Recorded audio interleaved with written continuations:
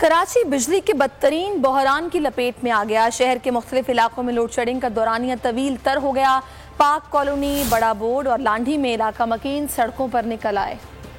कराची के बेआसरा मकीन माफिया के हाथों यरगमाल। बिजली फराहम करने के जिम्मेदार इदारों ने कर डाला बुरा हाल। लांडी नंबर 1 में बिजली की गैर एलानिया लोड शेडिंग का दौरानिया 10 घंटे तक जा पहुंचा। लाइट जाके आती नहीं है मगर भारी बिलों की आमद रुकती नहीं है। शहरियों का पैमाना लबरेज हो गया। एहतिजाजन सड़कों पर टायर जला दिए। इन्होंने लूट मार मचा रखी है। हर बंदा परेशान है कि हम किस तरह बिलों की अदायगी करें। 1 घंटा आते 3 घंटे आती नहीं है लाइट। एक ही को अगर सारा ठेका दे देंगे और जिनके शेयर भी पॉलिटिकल पर्सन के होंगे तो आपको ना तो ये सस्ती बिजली प्रोवाइड करेंगे ना कोई आपको रिलीफ देंगे। हुकूमत को क्या करें फिर। इमरान खान भी सही था जो बिल कम भेज रहा था। मैं हूं जैस्मीन मंजूर और आप मुझे देखेंगे सिर्फ बोल पर।